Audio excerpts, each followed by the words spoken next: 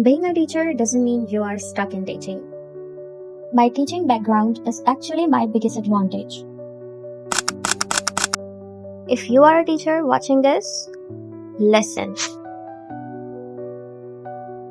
Your degree is not a cage. The same skills that run a classroom are the exact skills companies pay for in admin, coordinator, and front desk roles.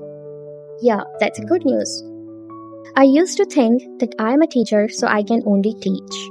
But then I read 50 job descriptions for admin assistants in Karachi. And guess what? They were not asking for BBA. They were asking for the skills like organization, communication, team management, and task planning.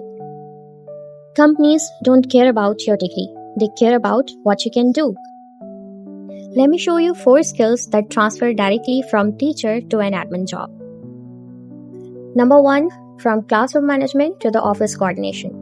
If you can manage 30 students at the same time, you can also manage calendars, meetings, and deadlines for a team. Number 2, from lesson planning to the project and task planning. Planning a week of lessons is the same as planning office schedules and reports. Number 3, from parents' communication to the clients and team communication. A professional teacher is good at talking to the parent, so she can also handle emails, calls, and visitors at the front desk. Last but not the least, grading plus paperwork to the Excel plus documentation. If you can track 100 students, you can also track data in Excel. Companies gonna love this. So guys, every week I'll share how I'm using my teaching background to land an admin role. But that doesn't mean I don't enjoy my profession. I love teaching, but I realized the skills I built in the classroom are exactly what companies need in their offices. So if you are a teacher or from any field and want to switch, we will do it together.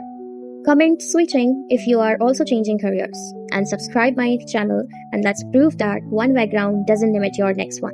See you in the next video.